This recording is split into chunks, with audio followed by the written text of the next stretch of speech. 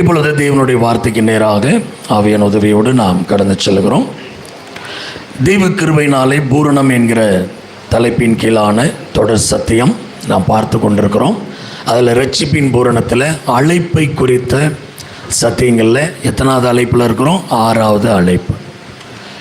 இந்த 6வது அழைப்பு என்ன அப்படின்னு பார்த்துட்டு இருக்கிறோம். ராஜாக்களும் ஆசாரியர்களுமாய் ஆண்டவர் நம்மை அழைத்திருக்கிறார். அப்போ ஆசாரியர்களாக சபைக்கு வரும்போது நாம் ஆசாரியர்களாக காணப்படுகிறோம். சபை விட்டு முடிந்து உலகத்துக்குள் போகும்போது நம்ம என்னவா மாறணும்? ராஜாக்களாக மாறணும். அப்போ ராஜாக்கள் என்றாலே அவங்களுக்கு என்ன இருக்குது? ஆளுகை செய்கிற தன்மை, அதிகாரம், வல்லமை, இதெல்லாம் தேவன் கொடுக்குறார். அப்போ உலகத்தில் போய் நம்ம யாரை ஆளுகை செய்யணும், யாரை எதிர்க்கணும், யாருக்கு முன்பாக நம்ம அதிகாரத்தை செயல்படுத்தணும்னு பார்த்தீங்கன்னா முழுக்க பிசாஸ், சாத்தானுக்கு விரோதமாக நம்முடைய அதிகாரத்தை என்ன பண்ணணும்?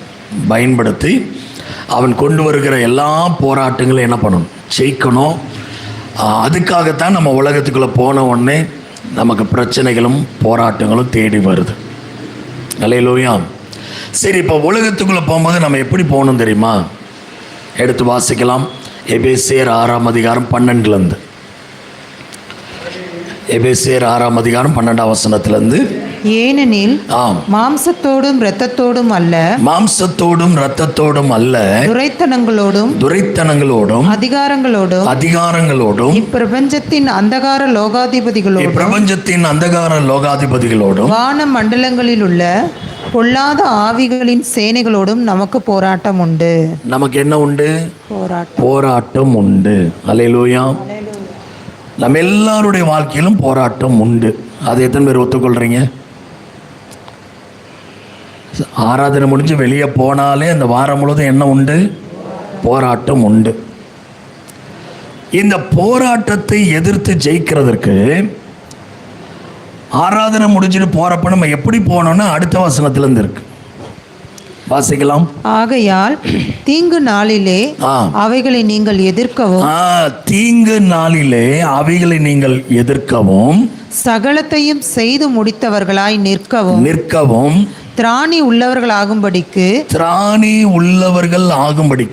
தேவனுடைய சர்வாயுத வர்க்கத்தையும் எடுத்துக்கொள்ளுங்கள்.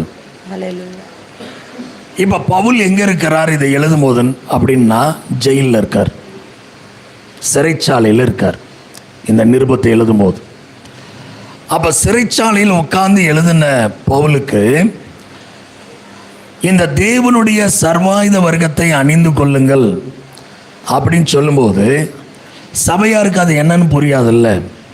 அதை எப்படி விளக்குறதுன்னு ஆவியான ஒரு வெளிப்பாடை கொடுக்கிறார். பவுல ஆவியானவர் என்ன செய்கிறார்? வெளியே நிற்கிற சோல்ஜரை பாருன்னு உணர்த்துறார். அந்த செல்லுக்கு வெளியே யார் இருக்கா? ரோம போர் சேவகன், ஒரு சோல்ஜர் நிற்கிறான். அவனை பார்த்தா வீட்டில் இருக்கும்போது சாதாரண ஆள், ஆனால் இப்போ அவன் யார்? Roman soldier. வீட்டில் அவன் இருக்கும்போது அவனுக்கு அதிகாரம் இல்லை, வல்லமை இல்லை. ஆனால் இங்கே அவனுக்கு என்ன இருக்குது? பவர் இருக்குது, ஒரு அதிகாரம் இருக்குது. அது எது கொடுக்குது தெரியுமா? அவன் போட்டிருக்கிற ட்ரெஸ்ஸு. அல்லேலூயா. இப்போ போலீஸ்காரங்களுக்கும் பாருங்கள், அந்த ட்ரெஸ்ஸை பார்த்தா தான் மதிப்பு. எல்லாருக்கும் ஒரு பயம். அந்த ட்ரெஸ்ஸே போடாமல் நான் தான் போலீஸ்ன்னு சொன்னால் எத்தனை பேர் ஏற்றுக்கொள்வாங்க? பயப்படுவாங்களா? இல்லை வண்டி நிறுத்தினா நிற்பாங்களா? அப்போ ஒரு சோல்ஜருக்கு எப்படி அந்த ட்ரெஸ்ஸு முக்கியமோ, ஆவிக்குரிய ஜீவியம் பண்ணுகிற நமக்கும் ஒரு ட்ரெஸ்ஸு முக்கியம்னு ஆவியான உணர்த்தினோடனே பவுல் வேகமாக எழுதுகிறாரு. அந்த சோல்ஜரை பார்த்து எழுதுகிறது என்னன்னா, சத்தியம் என்னும் கச்சையை உங்கள் அறையில் கட்டினவர்களாய். அப்போ அந்த சோல்ஜர் இடுப்பில் ஒரு பெல்ட்டை கட்டியிருப்பார். முதல்ல அவருக்கு என்ன தெரியுது பாருங்க? பெல்ட்டு தான் தெரியுது. ஏன் பெல்ட்டு ரொம்ப அவசியம்? அந்த கச்சை ஏன் அவசியம்னா, அதில் தான் எதிர்க்கக்கூடிய பட்டயம் வைக்கக்கூடிய உரை. கத்தி எங்கே வைப்பாங்க? அந்த பெல்ட்டில் தான் மாட்டி வைப்பாங்க, உரையில். அப்போ அந்த பெல்ட் மாட்டலான்னா அந்த கத்தி இருக்குமா? இருக்காது. அப்போ சத்தியம் என்கிற கச்சையை உங்கள் அறைகளில், எங்க அவருக்கு இடுப்பு, நமக்கு மனதின் அறை. நம்முடைய மனதின் அறையை இன்னொரு இடத்துல போட்டிருக்கு, உங்கள் மனதின் அறையை கட்டிக்கொள்ளுங்கள்னு போட்டிருக்கு. அப்போ நம்முடைய மனதை எதனால நம்ம இருக்க கட்டணுமா? சத்தியத்தினால. ஏன் அப்படின்னா நம்ம மனது அலைப்பாயும், கண்ணா பின்னான்னு யோசிக்கும், தேவையில்லாதெல்லாம் யோசிக்கும். அந்த மனதை கண்ட்ரோல் பண்ணுகிற, ஒருநிலைப்படுத்துகிற வல்லமை சத்தியத்துக்கு தான் இருக்கு. அப்போ சத்தியத்தை வைத்து மனதின் அறையை கட்ட வேண்டும். அல்லேலூயா. இப்படி டெய்லி சத்தியத்தினால் நீங்கள் உங்கள் மனதை கட்டி இருக்கிறீங்களா செக் பண்ணும். அப்போ இது முதல்ல பார்க்குறாரு. ரெண்டாவது பார்க்குறாரு நீதி என்னும் மார்க்கவசம். அப்போ நெஞ்ச மூடுமடி, இங்கே ஒரு மார்க்கவசம், மார்பை மூடுமடி ஒரு மார்க்கவசம் அணிஞ்சிருக்கிறான். உடனே பவுல் பார்த்துட்டு நீதின்றார். நீதி என்னும் மார்க்கவசம் அப்படின்னா நீதினா என்ன? தேவனோடு இருக்கிற உறவு,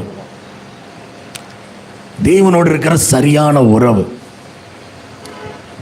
அப்ப இருதயத்தில் சத்தியம் இருக்கணும், ஆத்துமால சத்தியம் என்கிற கச்சை கட்டப்பட்டிருக்கணும். அந்த சத்தியம் என்கிற கச்சை யார் கட்டி இருக்கிறாங்களோ அவங்க தேவனோடு நல்ல உறவில் இருப்பாங்க. அப்ப நீதி என்பது தேவனோடு இருக்கிற உறவு. இப்போ தேவனோடு நடந்தா நம்ம தேவனை போல மாறுவோமா, இல்லை நம்மளை போல தேவன் மாறுவாரா? நம்ம தான் தேவனை போல மாறும். அதுக்கு பேர் தான் நீதி. ஆபிரகாம் விசுவாசித்தான், தேவன் அதை நீதியாக எண்ணினார். என்னத்தை விசுவாசித்தார் ஆபிரகாம்? அவர் சொன்ன வார்த்தை கடவுளுடையது தான், அது தேவன் தான் அப்படின்னு விசுவாசித்தார். தேவன் அதை நீதியாக, பரவாயில்லையே என்னை போலவே நீ யோசிக்க ஆரம்பிச்சிட்டியே அப்படின்னு அதை ஒரு உறவாக பார்க்க ஆரம்பிச்சிட்டார். அப்போ எத்தனை பேருடைய மார்பில், இருதயத்தில் நீதி என்கிற தேவனோடு இருக்கிற உறவு இருக்குது? நிறைய பேசலாம், சுருக்கமாக சொல்கிறேன். அடுத்தது சமாதானத்தின் சுவிசேஷத்துக்கு ஆயத்தம் என்னும் பாதரட்சை. அதை எங்க தொடுக்கணும்? கால்களில் தொடுக்கணும். அப்ப எத்தனை பேர் சுவிசேஷம் சொல்ல டெய்லி ஆயத்தமாக போகிறோம்? ஒரு நாளைக்கு தொடங்குகிறோம். இன்னைக்கு யாருக்கு பேசினாலும், ஃபோனில் பேசினாலும், நேரில் பேசினாலும் ஆண்டவரை பற்றி நான் சொல்லணும் அப்படின்னு எத்தனை பேருக்கு ஒரு ஆயத்தம் இருக்குது? அடுத்தது பார்க்குறோம், பொல்லாங்கனையும் அக்னியாசனங்கள் எல்லாம் அவித்து போடத்தக்கதாக எல்லாவற்றிற்கும் மேலாக விசுவாசம் என்னும் கேடகத்தை பிடித்து கொண்டவர்களாயும் நில்லுங்கள். எல்லாவற்றுக்கும் மேலாக விசுவாசம் என்னும் கேடகத்தை பிடித்து கொண்டவர்களாயும் நில்லுங்கள். விசுவாசம், அந்த கேடகத்தை பார்க்குறாரு விசுவாசம். அது சின்ன எக்ஸாம்பிள் தான் இந்த விசுவாச அறிக்கை. இது அறிக்கை பண்ண நீங்கள் என்ன பிடிக்கிறீங்க? ஒரு கேடகத்தை பிடிக்கிறீங்க. பிசாசு ஏகிற அக்னி அம்புகள் அந்த கேடகத்தில் பட்டு அவிஞ்சு போயிடும். அந்த காலத்தில் யுத்தத்திலலாம் பார்த்தீங்கன்னா அம்புகளில் தீப்பந்தத்தை கட்டி ஏய்வாங்க. அம்பு குத்துதையிலோ அந்த தீப்பந்த விழுந்த இடத்துலலாம் எரிஞ்சு சாம்பலாயிடும். அப்படிப்பட்ட அக்னி அம்புகளை தடுக்கக்கூடிய ஒரு பெரிய கேடகத்தை தான் இது குறிக்கிறது. ஆள் ஒசரத்துக்கு கேடகம். எல்லாவற்றுக்கும் மேலாக எதை பிடிச்சிருக்கணும்? கேடகத்தை. தலையிலேருந்து கால் வரைக்கும் மூடியிருப்பான். இப்படி மூடிட்டா எந்த அம்பாவது தாக்குமா? அப்போ நம்முடைய ஆவி, ஆத்துமா, சரீரத்தை பாதுகாப்பது விசுவாசமே. அல்லேலூயா. தேவன் மேல், அவருடைய வார்த்தை மேல் வைக்கிற விசுவாசம் தான் நம்மளை பாதுகாக்கும். எப்படி ஏதாவது ஒரு பிரச்சனை வருதா, அவிசுவாசமாக பேசக்கூடாது. இது நன்மைக்கே. பிரதர் சொன்னார் பார்த்தீங்களா, இதுவும் நன்மைக்கே சொல்லி பாருங்க. அதாங்க விசுவாசம். வந்த அக்னி அம்பு அவிஞ்சு போயிடும், அணைஞ்சு போயிடும். அடுத்தது பார்க்குறோம், ரட்சணியம் என்னும் தலைச்சிரா. தலையில் ஹெல்மெட் என்னவா இருக்கணும்? ஹெல்மெட்டை பார்த்தோன்னே அஜிஜோ ஒன்று விட்டுட்டோமே, ஹெல்மெட்டு முக்கியமாச்சே. என்ஜான் உடம்புக்கு சிரசே பிரதானம். என்ஜான் உடம்பு, அவங்க கையில் இருக்கிற, உங்கள் கை ஜானை வச்சு அளந்தீங்கன்னா 8 ஜான் உங்கள் உடம்பு. என்ஜான் உடம்புக்கு சிரசை பிரதானம். அப்போ தலை எம்டியாக இருக்கு, அதுக்கு என்ன? அந்த ஹெல்மெட்டுக்கு என்ன? உடனே ஆவியானவர், அதாங்க ரட்சிப்பு. அப்படின்னு என்ன? வெளியே உலகத்தில் அப்படி தலையை இப்படி காட்டும்போது உங்கள் மைண்டில் என்ன ஓடனா, நான் ரட்சிக்கப்பட்டவன். அல்லேலூயா. திங்கட்கிழமை சனிக்கிழமை வரைக்கும் நம்ம ஆட்கள் பண்ணுற ஒரு பெரிய தவறு, அவங்க ரட்சிக்கப்பட்டேன்றதையும் மறந்துட்டாங்க. அதான் தோல்விகளுக்கு காரணம். ஒவ்வொரு நாளும் விழித்து நீங்கள் வெளியே எந்திரிச்சு வரும்போது என்ன சொல்லணும்? நான் ரட்சிக்கப்பட்டவன். அதான் மெயின், அதான் முக்கியம். ஹெல்மெட் ரொம்ப முக்கியம். அப்போ சத்துரு எங்கேயும் தாக்க முடியாதபடி ஒரு சோல்ஜருடைய தலையிலிருந்து கால் வரைக்கும் என்ன பண்ணப்பட்டிருக்கு? ப்ரொடெக்ட் பண்ணப்பட்டிருக்கு. இப்படி எத்தனை பேர் ஆயத்தமாகி உலகத்துக்குள்ளே போகிறோம்? டெய்லி எல்லாம் போட்டிருப்போம். இந்த அம்பு எய்கிறவன் எங்கே தெரியுமா பார்ப்பான்? எங்கேயாவது இந்த சோல்ஜருக்கு கேப் கிடைக்காதா, அங்கே அடித்து கொள்ளலான்னு பார்ப்பான். எங்கேயாவது ஒரு சின்ன கேப் இருக்கா? அதை தான் இப்போ பார்க்க போகிறோம். நம்முடைய கைகளை போருக்கும் நம்முடைய விரல்களை யுத்தத்துக்கும் படிப்பிக்கிற, பழக்க வைக்கிற கர்த்தர், பயிற்சி வைக்கிற கர்த்தர். போன வாரம் பார்த்தோம். நம்ம எல்லாருமே ஒரு யுத்த களத்தில் இருக்கிறோம். மாம்சத்தோடு ரத்தத்தோடு இல்லை, மனுஷங்களோடு சண்டை போட அல்ல. நம்முடைய யுத்தம் ஒரு ஆவிக்குரிய யுத்தம். அந்த ஆவிக்குரிய மண்டலத்தில் ஒரு யுத்தம் பண்ணி ஜெயிக்க தெரிஞ்சவங்க ஆவிக்குரிய மண்டலம். அது என்ன ஆவிக்குரிய மண்டலம்? நம்ம கண்களில் தெரியாத ஒரு மண்டலம் இருக்குது. நம்ம கண்களில் தெரியாத அங்கே ஒரு சில விஷயங்கள் நடக்குது. அந்த ஆவிக்குரிய மண்டலத்தில் சில விஷயங்களை நீங்கள் மாற்றலைன்னா அன்சீன் லெவல்னு ஒன்று இருக்குது. கண்ணில் பார்க்க முடியாத ஒரு லெவல். அதில் தான் நிறைய விஷயங்கள் நடக்குது. இப்போ உதாரணத்துக்கு சொல்கிறேன்னே, அதை பார்க்க முடியும். உங்கள் கண்களை ஆண்டவர் திறந்தாருன்னா ஆவிக்குரிய மண்டலத்தை பார்க்கும்படி இந்த அறையில் எங்கே தெய்வதூதர்கள் இருக்கிறாங்க, எங்கே பிசாசு இருக்கிறான்னு உங்களால் பார்த்துட முடியும்.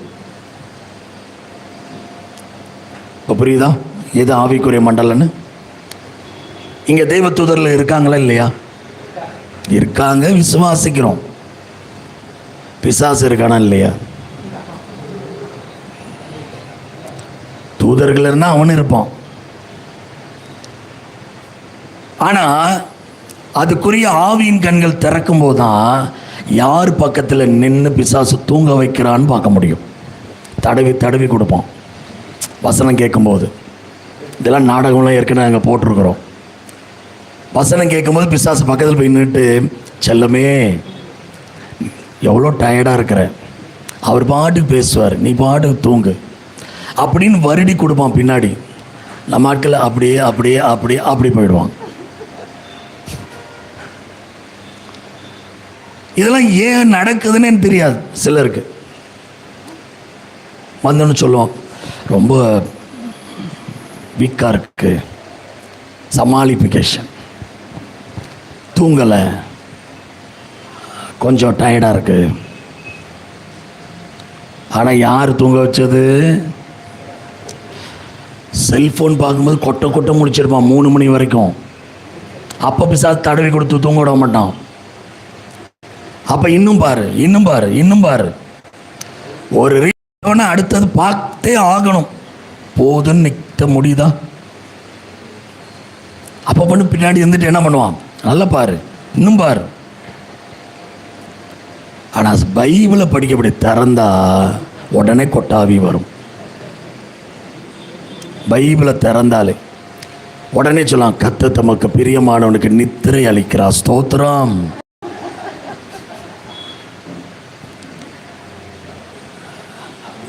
பாருங்க, உடனே தூங்கிடுவாங்க. நான் எப்பங்க பைபிள் படித்த உடனே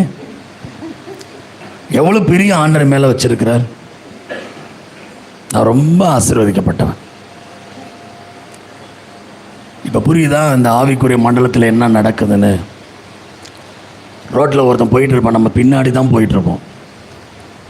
அவன் திரும்பி நம்மளை பார்த்து முறைப்பான், நமக்கு ஒன்றுமே புரியாது. அவன் ஏன் முறைக்கிறான்னா இவன் நோண்டி விட்டுருவான், அவனுக்கு நம்மளை பார்த்தா பிடிக்காத மாதிரி பண்ணிடுவான். இந்த நாயை பார்த்து நம்ம போவோம் பார்த்தீங்களா, அது மாதிரி நம்மளை பார்த்துட்டு போவோம். நம்ம மண்டி பிச்சுட்டு போவோம், இவன் எதுக்கு நம்மளை இப்படி பார்த்தான்? எத்தனை பேர் அதை அனுபவப்பட்டிருக்கிறீங்க? நம்ம பாட்டுக்கு போவோம் எதேச்சியா, அவன் பார்த்து முறைச்சிட்டு இருப்பான், இல்லை நம்மளை திட்டிகிட்டே போவாங்க சில பேர், காரணமே புரியாது. அப்போ இதெல்லாம் யார் பண்ணுறா? ஆவிக்குரிய மண்டலம் புரியுதா? குடும்பத்தில் திடீர்னு பூகம்பத்தை கிளப்பி விடுவான். அது ஏன் வருது, எப்படி வருது, யாருக்குமே தெரியாது. அதனால் அவனை ஜெயிக்கிறதற்கு நம்ம இப்போது எப்படி இருக்கணும்? ஆயத்தம். போராடவே எனக்கு பலன் இல்லை பாஸ்டர், போராடவே என்னால் முடியாது அப்படின்னா வருகையில் நீங்கள் வரவும் முடியாது. அவரே பயிற்சி கொடுக்குறாரு நம்முடைய கைகளை. அப்போ கைகள்னால் என்ன சொன்னேன் போன வாரம்? ஆத்துமா. விரல்கள்னால் என்ன சொன்னேன்? ஆவி. கைகள் ஆத்துமாவோடு தொடர்புடையது, விரல்கள் ஆவியோடு தொடர்புடையது.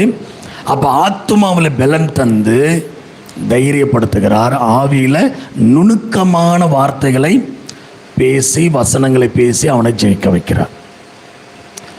அப்போ இந்த ப்ரொடெக்ஷன் ட்ரெஸ்ஸை நம்ம போட்டிருக்கிறோமா?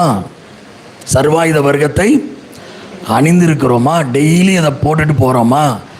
எந்த இடம் கேப் இருக்குதோ அந்த இடத்துல தாக்குவோம். அல்லேலூயா. அதனால் ஜாக்கிரதை. இப்போ நம்ம ஒரு காரியத்தை பார்க்க போகிறோம். பிசாசு எப்படி தாக்குறான், அவன் வேலைகளை எப்படி செய்கிறான்னு ஒரு உதாரணத்தை நீங்கள் பார்க்க போகிறோம். அவனுடைய வேலை எவ்வளோ அக்யூரேட்டாக பண்ணுறான். போன வாரம் எத்தனை பேர் ஜெயிச்சிங்கன்னு கேட்டால் 99% தோற்று தான் இருப்போம். 99% பிசாசு வச்ச சோதனையில் கண்டிப்பாக விழுந்து தோற்று தான் இருப்போம். தேவனும் சோதிப்பான், பிசாசும் சோதிப்பான். தேவன் சோதிக்கிற நோக்கம் வேற, பிசாசு சோதிக்கிற நோக்கம் வேற. ரெண்டுக்கும் நிறைய வித்தியாசம் இருக்குது, அதெல்லாம் இப்போ பார்ப்போம். இப்போ பிசாசு எப்படி நம்மளை விளை வைக்க பார்க்குறாம அப்படின்னா, முதல்ல சாத்தான்னா யாருன்னு புரிஞ்சுக்கணும். சாத்தான் என்கிற வார்த்தைக்கு எழுதிக்கோங்க, அதுக்கு என்ன அர்த்தம் அப்படின்னா சாட்டன். சாட்டன் அப்படின்ற வார்த்தைக்கு எதிர்ப்பவன், எதிர்ப்பவன், குற்றம் சுமத்துபவன் அர்த்தம். சாத்தானா யாரு? எதிர்ப்பவன், குற்றம் சுமத்துபவன். இதை அவன் எப்படி பண்ணுறான் தெரியுமா? அவன் வேலையை எப்படி பண்ணுறான் தெரியுமா? இப்போ நான் சொல்லும்போது எல்லார் வாழ்க்கையில் அது நடந்திருக்கும், இனி நடக்காமல் காத்துக்கணும். மிக முக்கியமாக அவன் பண்ணுற வேலை என்னன்னா தூண்டி விடுதல். நம்ம வாழ்க்கை என்ன பண்ணுவான்? பாவம் செய்கிறதுக்கு, பிரச்சனைகள் விழுகிறதுக்கு தூண்டி விடுவான். அவ்வளோதான் பண்ணுவான். யாரை எப்போ தூண்டி விடுவான்னு யாருக்குமே தெரியாது. ட்ரிகர்னு சொல்லுவாங்க இங்கிலீஷில். என்னை ட்ரிகர் பண்ணிட்டான், நான் சும்மா தான் இருந்தேன். யாராவது ஒரு வார்த்தை பேசுகிறோன்னு இங்கே அப்படியே கபகபன்னு ஏறும். அவங்கள வச்சு ட்ரிகர் பண்ணுவான், தூண்டி விடுவான். வீட்டில் பிள்ளைகளை வச்சு தூண்டி விடுவான். வேலை ஸ்தலத்தில் இருக்கிற நபர்களை வச்சு தூண்டி விடுவான். அவன் வேலையை தூண்டி விடுற வேலை. தூண்டி விட்டதுக்கு அப்புறம் நம்ம ஆடுவோம் பாருங்க பரதநாட்டியம். எப்பா சில பார்த்துருக்கீங்களா? அமைதியாக இருப்பாங்க. தூண்டி விட்டதுக்கு அப்புறம் கண்ட்ரோலே பண்ண முடியாது, கண்ட்ரோலே பண்ண முடியாது. அப்போ தூண்டி விடும்போதே ஜாக்கிரதையாக இருந்தீங்கன்னா ஜெயிச்சிடலாமா இல்லையா? பிசாசு தூண்டி விடும்போதே. இப்போ ஒரு வசனம் வாசிக்கலாமா? 1 நாளாகமம் 21:1.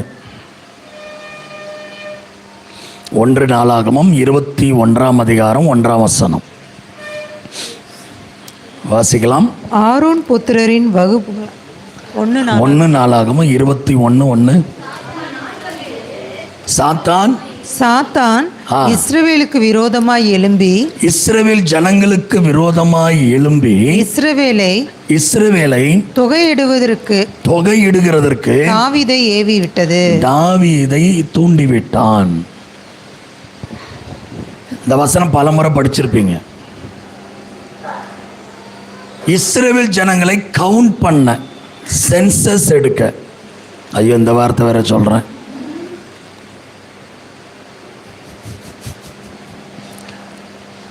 கணக்கு தூண்டி விட்டான். ஏங்க அவன் தூண்டி விடணும் கணக்கெடுக்க? தூண்டி விடுதல்னா என்ன அப்படின்னா, ஒருவரை தவறான வழிக்கு இழுத்தல். ஒருவரை தவறான வழிக்கு இழுத்தல். ஒருவரை ஒரு செயலை செய்யும்படி வற்புறுத்துதல். வற்புறுத்தி டீ கொடுத்தா கூட தூண்டி விடுதல் தான். வற்புறுத்தி டீ கொடுத்தா கூட, வற்புறுத்தி சாப்பாடு கொடுத்தா கூட அது என்னதான்? தூண்டி விடுதல் தான். ஷீலா பார்க்குது. இதை நான் ஏன் சொன்னேன்னு நைட்டு தெரியும் ஷீலாவுக்கு. சோதரம் நம்ம நினைக்கிறோம் அன்பினால் அப்படின்னு சொல்லி.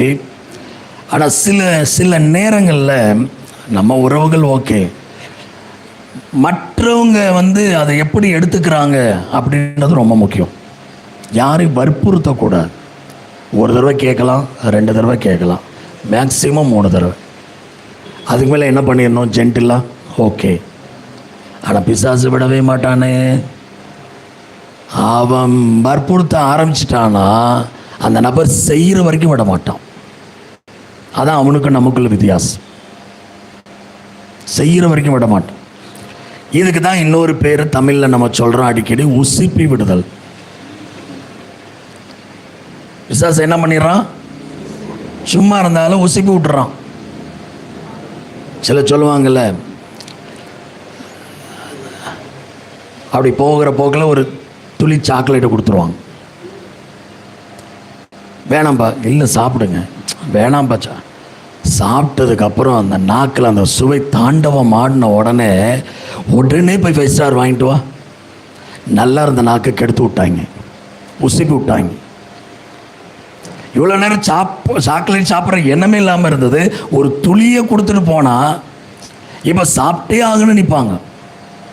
எத்தனை பேருக்கு அந்த அனுபவம் வந்திருக்கு? என்னை உசிப்பு விட்டுட்டான், சாப்பிட்டே ஆகணும். அது அந்த கடையில் தான் கிடைக்கும், அங்கே போய் வாங்கிட்டு வாங்க. எங்கே கிருபா இருக்கிறானா? சோத்திரம். வாத்தியார் கடை பரோட்டா தான் வேணுமாப்பா உனக்கு? சோத்திரம். சரி, அதுதான் வேணும். ரொம்ப நல்லா இருந்துச்சு, அங்கே தான் நல்லாயிருக்கும்.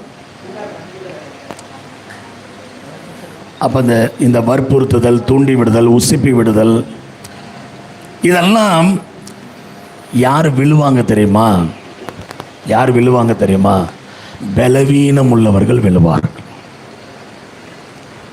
அவன் தூண்டி விடும்போது, உசிப்பி விடும்போது, இழுக்கும்போது பலவீனம் உள்ளவங்க விழுந்துருவாங்க. பலம் உள்ளவங்க என்ன பண்ணுவாங்க? வேணாம், நோ தேங்க்ஸ் அப்படி சொல்லுவாங்க. அப்போ நம்ம விழும்போதெல்லாம் என்னவா இருந்திருக்கிறோம்? Week person. நல்லா புரிஞ்சுக்கோ, நம்ம ரொம்ப பலவீனம். பிசாசுக்கு ரொம்ப பிடிச்சது நம்மகிட்ட இருக்கிற பலவீனம். அதை தான் தூண்டி விடுவான். ஏன் அதை ஒரு சில விஷயங்கள் நம்மளால் விட முடியலன்னா அது நம்ம பலவீனம். அவனுக்கு நல்லா தெரியும், இதை அவங்களால் விடவே முடியாது. அதை வச்சே டார்கெட் பண்ணி அடிப்பான். இந்த குத்துச்சண்டை, இந்த ரெஸ்லிங் போடுறவங்களாம் பாருங்கள், ஒரு இடத்துல காயப்பட்டுருச்சுன்னா அவனை ஜெயிக்கிறதுக்கு ஒரே அதே இடத்துல அடிக்கணும். பட்ட காலிலே படும் அப்படின்ற மாதிரி அடிபட்ட இடத்துலையே ரெஸ்லிங்கில் அடிப்பான் பாருங்க, அவனால் ஒன்றுமே பண்ண முடியாது. அவன் அதை தடுப்பான், அதையே டார்கெட் பண்ணுவான். அதுபோல தான் பிசாசும் உங்கள் பலவீனத்தெல்லாம் தேடி தேடி ஆராய்ச்சி பண்ணி கண்டுபிடிச்சி வச்சுருக்கான்.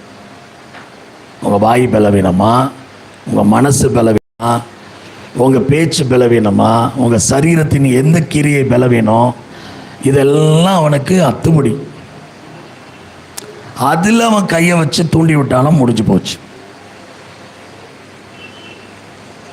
ஒன்றுமே பண்ண முடியாது, விழுந்துதான் ஆகும். அப்போ இவனுடைய வேலை, தாவீதை என்ன பண்ணிட்டான், தூண்டி விட்டான். கவுண்ட் பண்ணு, உங்கள்கிட்ட எவ்வளோ மக்கள் இருக்கிறாங்க கவுண்ட் பண்ணு. இது ஆண்டவருக்கு பிரியமான்னு பார்த்தீங்கன்னா பிரியமே இல்லை. என் ஜனங்களை கவுண்ட் பண்ண நீ யாருன்னார். புரியுதா? இஸ்ரவேல் ஜனங்கள் யாருடையவங்க? தேவனுடையவங்க. அப்போ தெய்வத்துக்கு எது பிடிக்காதோ அதை பிசாசு கரெக்டாக ட்ரிகர் பண்ணுறான் பாருங்க. அங்கே ஒரு ஆண்டவர் தண்டனை கொடுக்குறார் தாவீதுக்கு.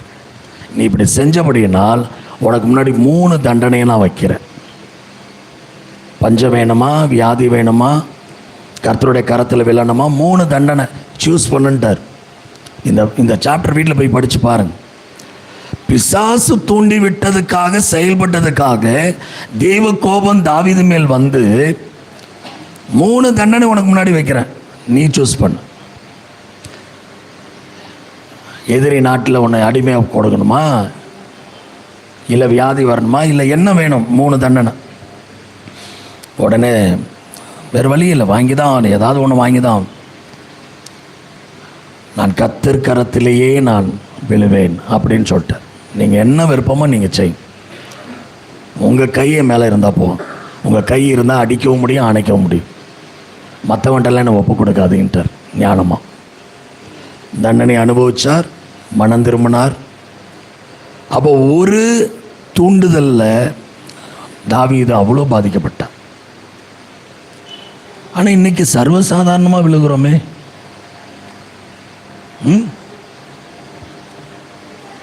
நம்ம பலவீனம் என்னன்னு பார்த்து தூண்டி வர்றோம், அதில் போய் விழுந்துடுறோமே. அவனை ஜெயிக்கவே முடியலையே. ஸ்தோத்திரம். அப்போ உங்கள் பலவீனங்களை பயன்படுத்தி தேவனுக்கு விரோதமான எண்ணங்களை பிசாசு விதைப்பான். இடம் கொடுத்துடாதீங்க. ஒரு பழமொழி சொல்லுவாங்க, பறவையும் தலைமேல் பறக்கலாம், அதை யாரும் தடுக்க முடியாது. ஆனால் அதே பறவை தலைமேல் கூடு கட்டுறதுனே தடுக்கலாமே அப்படின்வாங்க. தலைமேல் பறக்கிறதை யாரும் தடுக்க முடியாது. ஆனால் அது நம்ம தலையில் உட்காந்து கூடு கட்டி கொஞ்சம் பொறிச்சிற இடம் கொடுத்தோம்னா நல்லா இருக்குமா? அப்போ அதை தடுக்கலாம்ல. நம்முடைய இருதயத்தில் கெட்ட எண்ணங்கள் வந்துட்டு போகலாம், ஆனால் அது தங்கி நம்மளை மாற்றக்கூடாது. அல்லேலூயா. நிறைய வரும் போகும், நிறைய வரும் போகும், எதுவுமே நமக்குள்ளே தங்கக்கூடாது. ஒருத்தரை பற்றி சொல்கிறாங்க, அவங்க அப்படிங்க இப்படிங்க, வரும் போகும். அப்படியா அப்படின்னீங்கன்னா உள்ளார போயிடும், உள்ளார போய் உட்காந்துரும். அப்போ முட்டை போட்டு கொஞ்சம் பொறிச்சு அந்த எண்ணங்கள் சூப்பராக கெட்ட எண்ணமாக மாறிடும். அப்புறம் எங்கே மாறுறது? புரியுதா? அப்போ அவன் தூண்டுதலுக்கு இடம் கொடுத்தீங்கன்னா அவனை ஒரு நாளும் ஜெயிக்கவே முடியாது. அவனை எதிர்க்கணும்னா முதல்ல அவன் ட்ரிகர் பண்ணுறதெல்லாம் புரிஞ்சுக்கோங்க. எதனால நீங்கள் அப்படிலாம் மாறுறீங்கன்னு புரிஞ்சுக்கோங்க. யாருனால அப்படி மாறுறீங்கன்னு புரிஞ்சுக்கோங்க. அதே நபரை வேற மாதிரி ஹேண்டில் பண்ணுங்க, நீங்கள் சூப்பராக இருப்பீங்க. விழுந்து போகாதீங்க, எழுந்து நில்லுங்க. அப்போ தான் அவனை ஜெயிக்க முடியும். அவன் நம்மளை புதுசாக பார்க்கலங்க, ஆதாம்லேருந்து பார்த்துட்டு வரோம். நமக்கு தான் பிசாசு புதுசு, மனிதர்கள் எல்லாரும் அவனுக்கு பழசு. அவன் எவ்வளோ பேரை பார்த்துட்டான். தெரியாத வித்தியா அவனுக்கு எல்லாம் தெரியும். அவன்கிட்ட போய் நான் யார் தெரியுமா, உனக்கு எங்கே கையை வச்சேன்னு விழுவ தெரியுமா, எனக்கு தான் தெரியணும். அவன்கிட்ட போயிட்டு சிலர் உன்னை கட்டுறேன் பார், உன்னை அப்படி பண்ணுறேன் பார், இப்படி பண்ணுறேன் பார். கடைசியில் இவங்க கட்டப்பட்டு கிடக்குறாங்க. பிசாசுக்கிட்ட பயப்படக்கூடாது, ஆனால் ஜாக்கிரதையாக இருக்கணும். தேவையில்லாதெல்லாம் பேசி மாட்டிக்க கூடாது. இப்போ தாவீது மாட்டிக்கல. தாவீது எவ்வளோ பெரிய தேவனோடு இருந்த ஒரு நல்ல உறவில் அந்த மனுஷன், அவனையே அவன் தூண்டி விடுவான். நம்மளாம் ஏமாத்தணும். இயேசுவை தூண்டி விட்டானா? போன வாரம் பார்த்தோம்ல, தூண்டி விட்டானா இல்லையா? அனனியா சப்பீரால தூண்டி விட்டானா இல்லையா? அந்த கிரயத்தில் வஞ்சித்து வைனானா இல்லையா? நிறைய வேதத்தில் யார் யாரெல்லாம் பிசாசில் தூண்டப்பட்டு வாழ்ந்தாங்க கண்டுபிடிங்களேன். அதை உங்கள் வாழ்க்கையோட மேட்ச் பண்ணி பாருங்களேன், நீங்கள் யாருன்னு தெரிஞ்சிடும். அதான் ஞானம். யார் யார் பைபிளில் தூண்டப்பட்டு விழுந்தாங்க கண்டுபிடிச்சு பாருங்க. நீங்கள் ஜாக்கிரதையாக வாழ ஆரம்பிச்சிரு. அப்போ ராஜாக்கள் அந்த உலகத்தில் நம்ம போகும்போது சாத்தானை எதிர்த்து ஜெயிக்கணும். அவன் தூண்டி விடுற எதற்குமே இடம் கொடுக்கக்கூடாது. இல்லைங்க, உங்களை பற்றி தாங்க அவங்க பேசுகிறான், பேசிட்டு போட்டோம், நல்லா பேசட்டும். என்னங்க இப்படி சொல்கிறேன் கேட்க மாட்டேறீங்க, பேசட்டுன்றீங்க, பேசிட்டு போட்டோம். அவங்க பேசுகிறதுனால எனக்கு ஒன்றும் குறைய போகிறதில்ல. எனக்கு விரோதமாக அவங்க ஏதாவது பண்ணுறாங்க அப்படின்னு யாராவது சொன்னால் அதனாலே நான் குறைய போகிறதில்ல. பண்ணிட்டு போட்டோம். நம்ம மனது கர்த்தர் மேல் இருந்தால் அசையாமல் இருக்கும். கர்த்தர் பார்த்து கொள்வார். பிசாசுக்கு இடம் கொடாமலும் இருங்கள், தேவனுக்கு கீழ்ப்படிந்திருங்கள், அவனுக்கு எதிர்த்து நில்லுங்கள், அப்பொழுது அவன் உங்களை விட்டு ஓடி போவான். கண்களை மூடி நாம் ஜெபிக்கலாம்.